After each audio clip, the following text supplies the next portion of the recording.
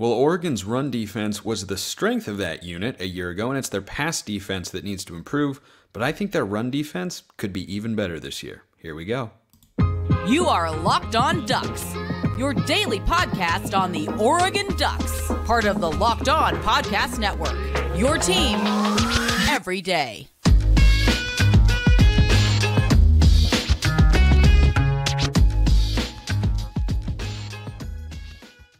Yes, it is that time once again for Locked On Ducks. I'm your host, Spencer McLaughlin. Thank you so much for making this your first listen or your first view of the day. Part of the Locked On Podcast Network, your team every day and your number one source to stay up to date with the Ducks. If you have not already, like, comment, subscribe, please, and thank you wherever you listen to or watch this show. Rate, review us as well on Apple Podcasts if you'd be so kind. We've got plenty to get to. Strength of the Pac-12, the Arizona State game, a little Oregon basketball later in the show. Just a quick note on Dana Altman, but we start with the run defense this year because that was the only real strength. I know the Oregon State game happened. It was a one-off, but overall, Oregon's run defense last year was good enough for the unit as a whole to be really, really good. They allowed 125 rushing yards per game. That was fourth in the Pac-12. They're basically the same as UCLA. The top two were Utah and Oregon State, who were both under 115 yards allowed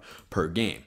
I believe that Oregon can get into that sort of range, right? Allowing under 120 rushing yards per game on the season, I think would be outstanding, would show tangible progress, and I even believe that that's possible given the personnel they have and the personnel that they have coming back on that side, especially when you factor in that this is going to be year two of Dan Lanning and Tosh Lupoi. They've brought in a bunch of players and all that sort of good stuff. And by the way, I realize I just forgot that this episode is brought to you by Bird Dogs. Go to birddogs.com/lockedoncollege. And when you enter promo code LockedOnCollege, they'll throw in a free custom Bird Dogs Yeti style tumbler with every order. But I like where the defense is at from a run standpoint because I saw it a year ago and I thought it was really good. This all stems from a question from Matt, by the way. If you ever want to be a part of the mailbag, YouTube comments, Twitter at Smalls_55 or at Locked On Ducks. You hop in there, shoot me a question, get it answered here on the show. Mailbag is absolutely chock full,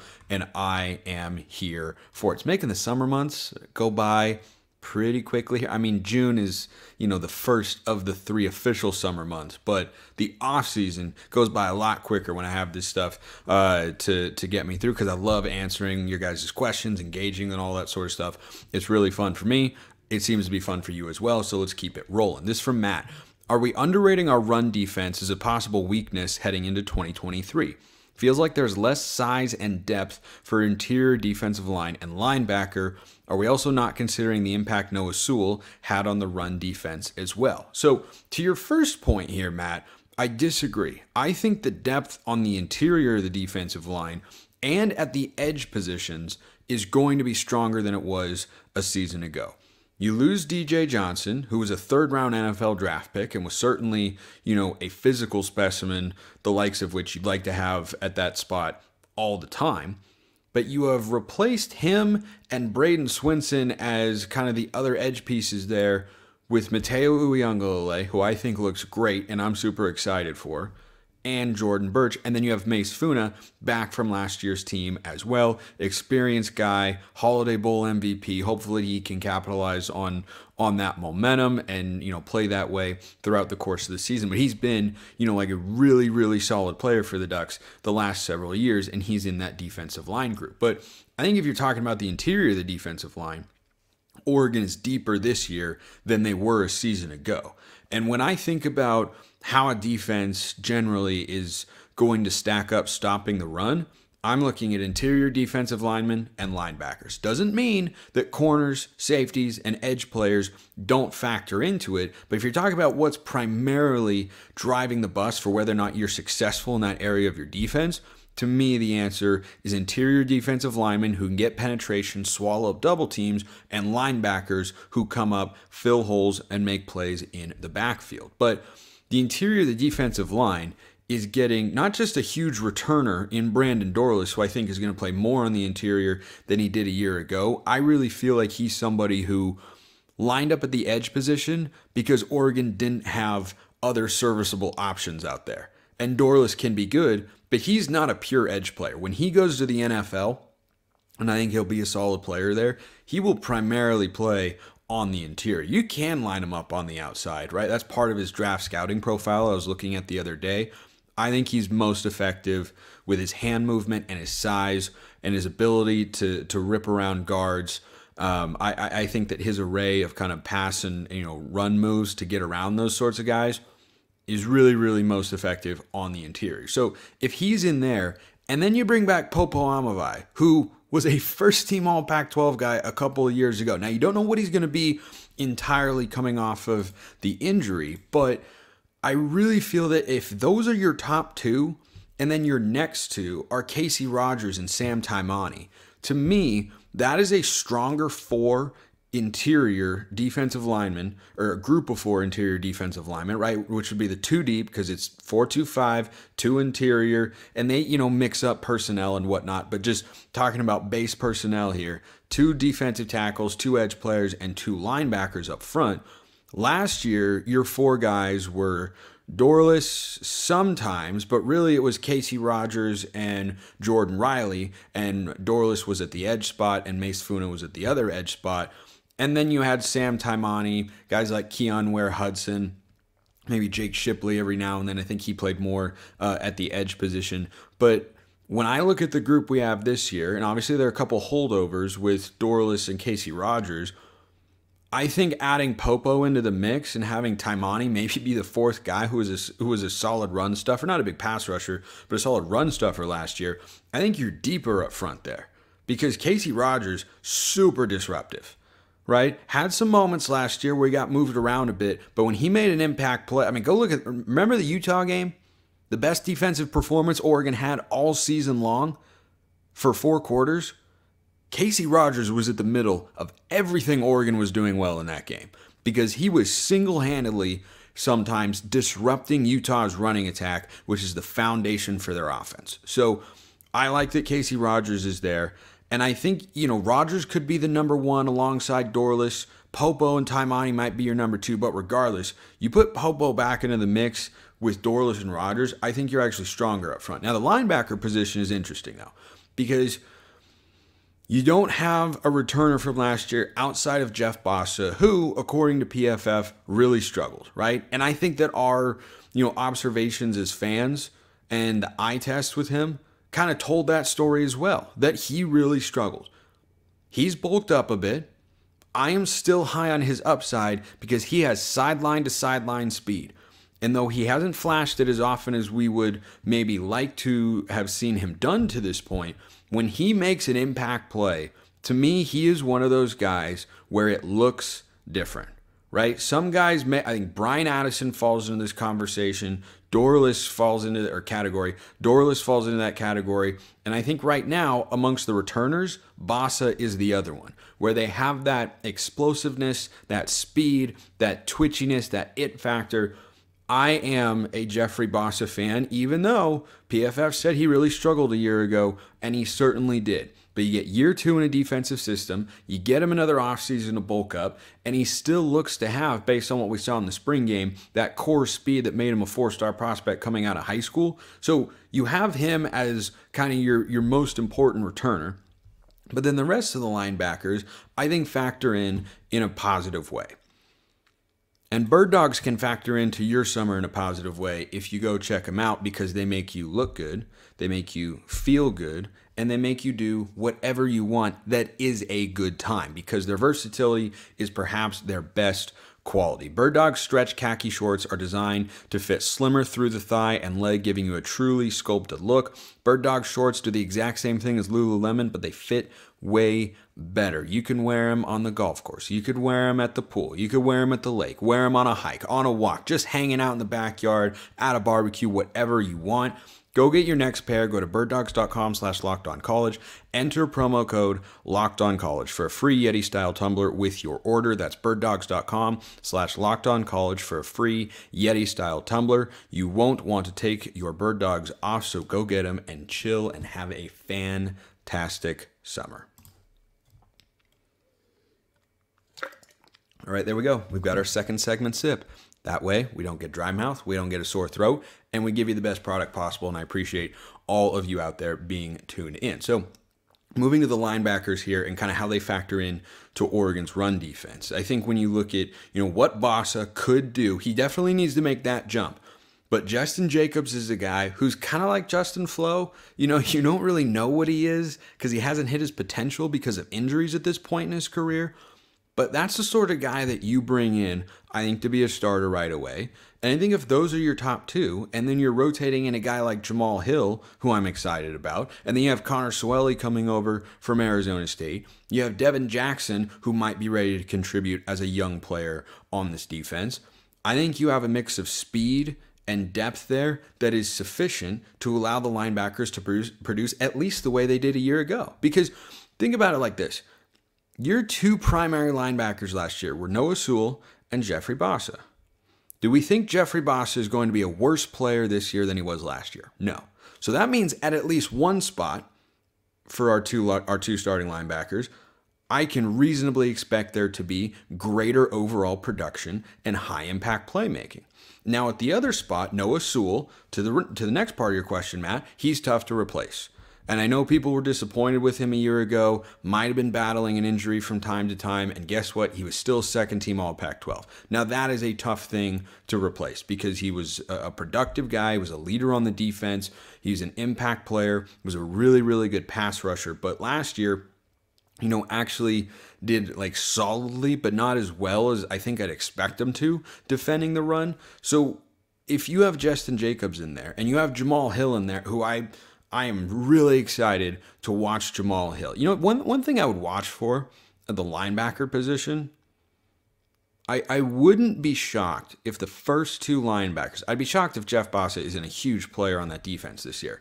I would not be shocked if the first two linebackers to take the field come September 2nd, which is getting closer, by the way, against Portland State, are Justin Jacobs and Jamal Hill. Would not surprise me. I'm not predicting it. I'm just saying if that happens, I'd go, yeah, I could see it. I was really, really impressed with Jamal Hill, who himself is an experienced guy. Now he's learning a new position, but his football instincts, his ability to tackle and cover, he's not learning all that sort of stuff, right? Like Devin Jackson, whose upside I'm really, really high on because of his speed, that's somebody who still has to learn coverage assignments, who has to learn gap discipline a little bit more, or, what his best pass rushing moves are, or, there are a number of things he's got to learn. Jamal Hill doesn't have to learn any of that, and he's huge. I mean, he is bulked up in a big way, so I think that group has got enough depth to at least be as productive as they were a season ago. And remember this, your three most played linebackers last year were Noah Sewell, who graded well, according to PFF, Jeffrey Bossa, who did not, who I expect to be better, and Justin Flo, who graded even worse than Jeffrey Bossa, who did not know where he was supposed to be at any point in time. He was just a heat-seeking missile looking for the football. But he missed assignments regularly, and that's why he wasn't able to see the field as much, and now he's off at Arizona. So when I think about the prospect of having Jamal Hill in there as kind of your top three linebacker, as one of your top three linebackers, along with Bossa and Jacobs, I think the production could be there. Match that with a deeper defensive line, and this a long-winded way, as usual, of me saying, I think Oregon's run defense can be at least as good, but frankly, I think they can be better, especially with the defensive line. And it's not just about those positions, right? The other two spots on the defensive line matter as well, and I think you're much deeper at edge with Jordan Birch, Mateo Uiagalelei, and Mace Funa as your top three edge players there. I think that is deeper than a top three of Mace Funa, DJ Johnson, and Braden Swinson than a year ago, and I think it's more talented as well. So I feel like that's a good place for Oregon to be. We'll see what happens with the corners. I mean, with the Nico Reed addition from Colorado, which has kind of flown under the radar a little bit, so many different ways the secondary could play it. We could see a bunch of guys. The only guy that I feel confident in starting for the cornerbacks is Triquez. And even him, I don't think there's a 100% lock anywhere on that defense. I think Triquez is as close to as you can get, but who the nickel corner is, who the opposite field corner is from Triquez, I don't know. There are a lot of different ways that could go. But in terms of the front six, typically the front seven, but in a 4-2-5, and by the way, Tysheem Johnson, a guy who's made a lot of plays around the line of scrimmage in his career as a nickel safety, I think that those players put together should be able to give you as much, if not better, production defending the run than a season ago. But great question.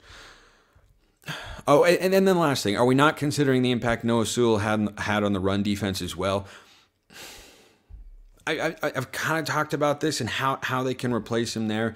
I do think his loss will be felt, but I just feel that the steps forward other players can make can offset a potential drop-off of not having a second-team all-conference caliber linebacker there. That's just kind of my gut feeling right now. But as always, let me know what you're all thinking. Hit me up in the YouTube comments or on Twitter at Smalls_55 or at LockedOnDucks. Next one here from Nine Finger Jack.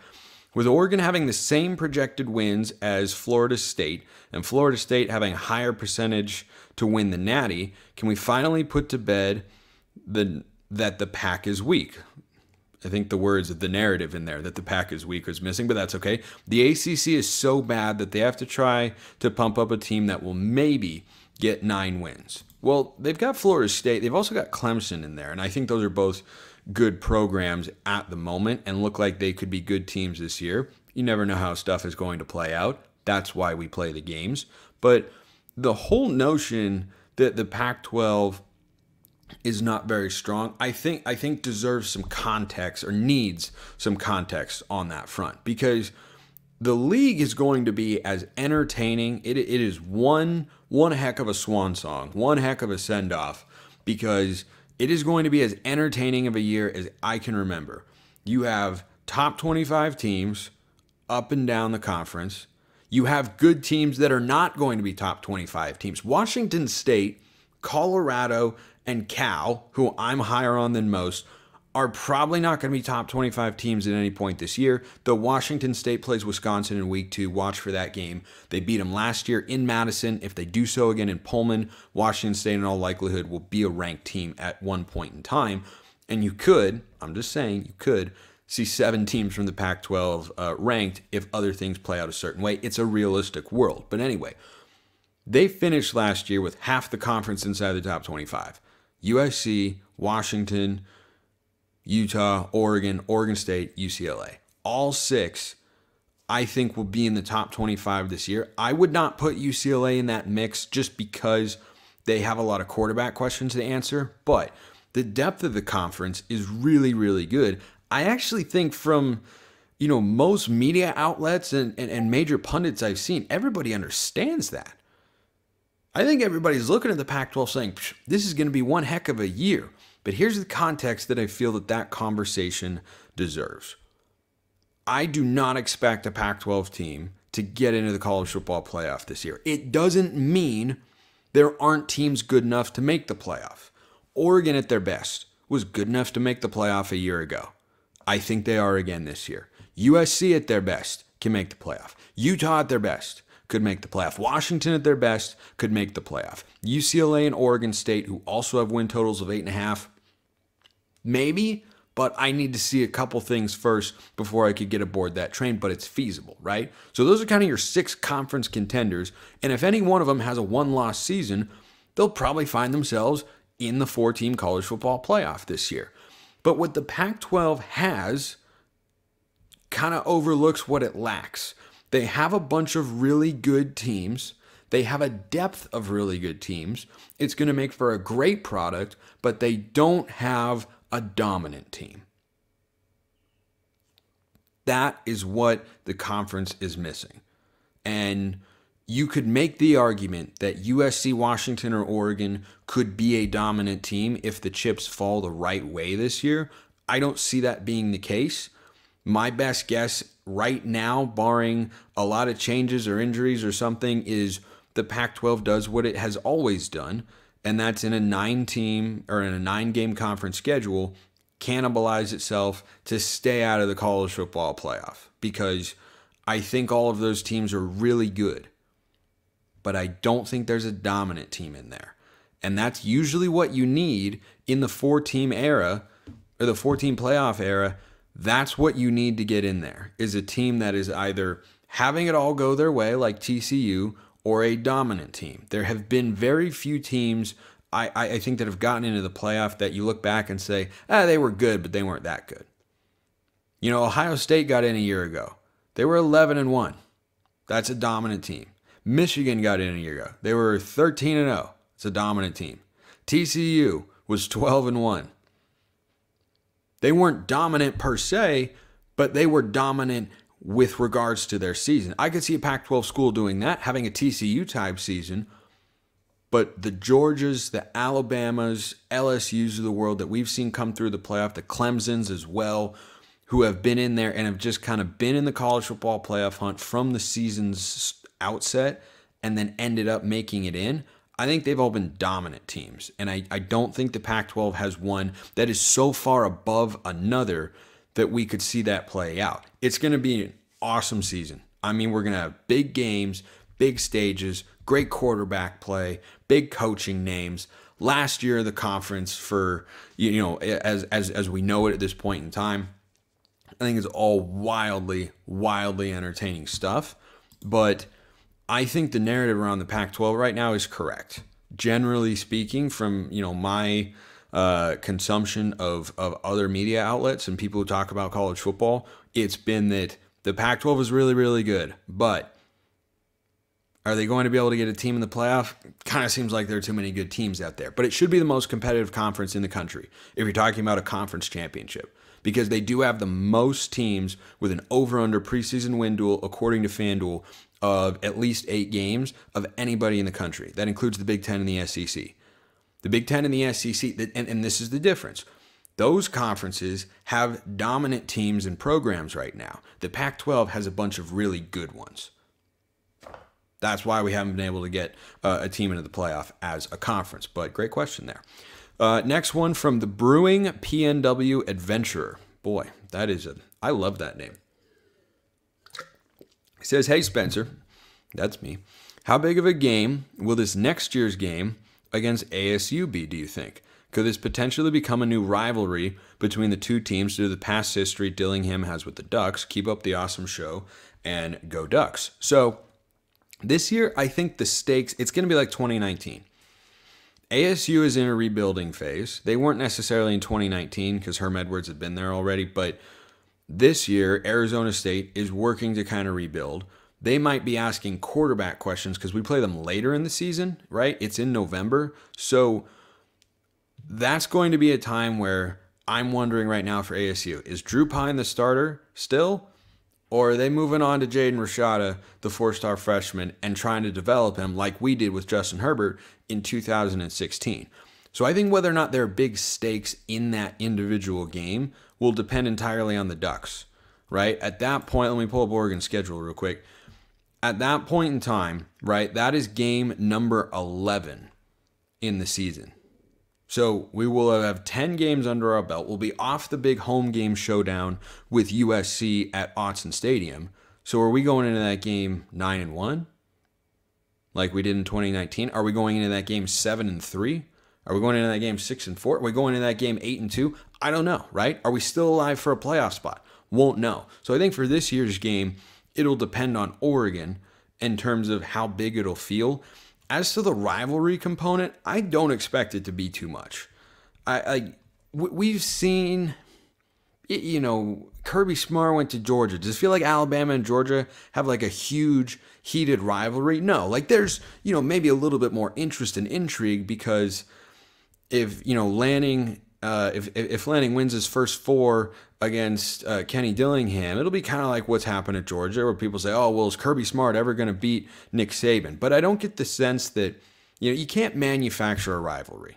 You just can't. The Pac-12 for a long time, because Colorado and Utah joined together, they've tried to kind of bill it as that. It's never materialized, right? Utah's actual Mountain Time Zone rival is BYU. That's a rivalry game. And I don't think there's enough animosity that could form between now or really in the next several years between Oregon and Arizona State. It's just a game that you want to win because you want to win every single game, of course. But I don't see that developing into, oh man, we want to stick it to Dillingham, or Lanning just wants to absolutely take it to his old OC and say, screw you for leaving. I don't think there's anything like that. Every coach in the industry understands that movement is a part of it.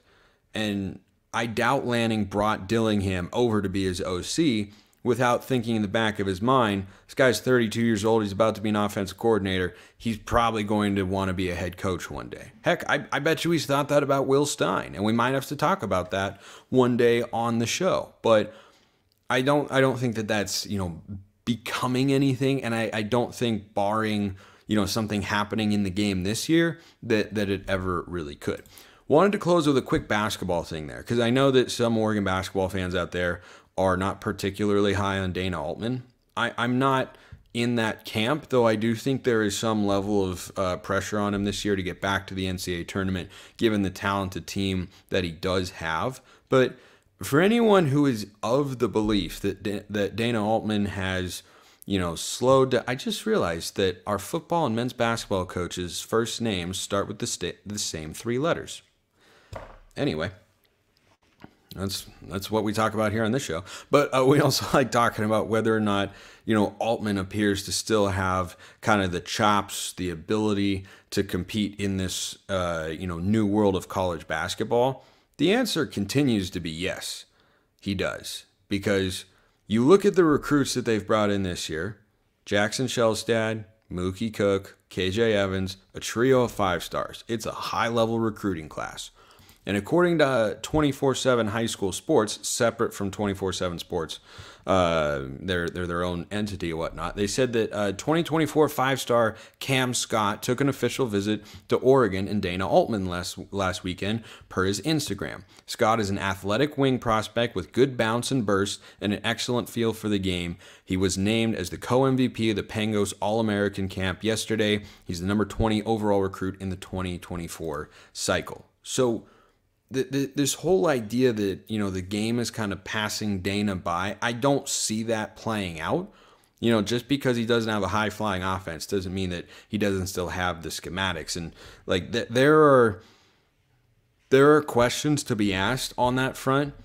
But after back-to-back disappointing seasons, Dana Altman is still able to go out there, and his name and the brand of Oregon basketball that he himself has established still carries a lot of weight. A lot of weight, because they got the 3 guys this year, and they're still getting visits from these sorts of guys, and they're in the mix for those sorts of guys. And look, does it need to translate to on-court results? Yes, it does. Absolutely. I'm not here to argue against that. I don't think Dana would come on here and argue against that. But if you're frustrated with him and think, I think he's losing his touch and such, from a recruiting standpoint, that's not the case. And we know recruiting is more than half the battle in college sports, and Dana still being able to do that should instill some confidence in Oregon fans that he still has plenty left in the tank at this point in time. I do think, however, conversations could be had, not necessarily would be, but could be had if he misses the NCAA tournament again this year. That was a nice, tight, clean, jam-packed show. Felt good about that one. Hope you enjoyed it. Appreciate everyone listening. Have a wonderful rest of your day. Back with you tomorrow. And until then, go Ducks.